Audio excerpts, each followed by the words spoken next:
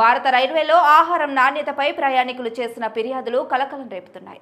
2025 ఆర్థిక సంవత్సరంలో మొత్తం 6,645 కేసులు నమోదైనట్లు రైల్వే మంత్రి అశ్విని వైష్ణవ్ రాజ్యసభలో వెల్లడించారు. ఇందులో 1,341 ఫిర్యాదులపై జరిమానాలు, మరో 2,995 ఘటనల్లో హెచ్చరికలు జారీ చేసినట్లు తెలిపారు.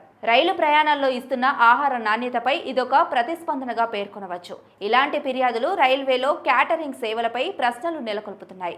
ప్రయాణికులకు నాణ్యమైన హైజీనిక్ ఆహారం అందించాలన్న లక్ష్యంతో రైల్వే శాఖ ఇప్పటికే చర్యలు తీసుకుంటున్నట్లు అధికారులు చెబుతున్నారు. బేస్ కిచెన్ల ఆధునీకరణ, సీసీటీవీ పర్యవేక్షణ, నిరంతర తనిఖీలు వంటి మార్గాల ద్వారా నాణ్యతను మెరుగుపరిచే దిశగా ప్రయత్నాలు జరుగుతున్నాయి. పలు వర్గాలు పేర్కొంటున్నట్టు ప్రయాణికుల ఆరోగ్యాన్ని దృష్టిలో పెట్టుకుని మరింత కఠినమైన నిబంధనలు, మానిటరింగ్ వ్యవస్థలు అవసరమని స్పష్టమవుతోంది. సేవల ప్రమాణాలను మెరుగుపరిచి నమ్మకాన్ని నిలబెట్టుకోవాలంటే కఠినమైన అమలు తప్పనిసరి.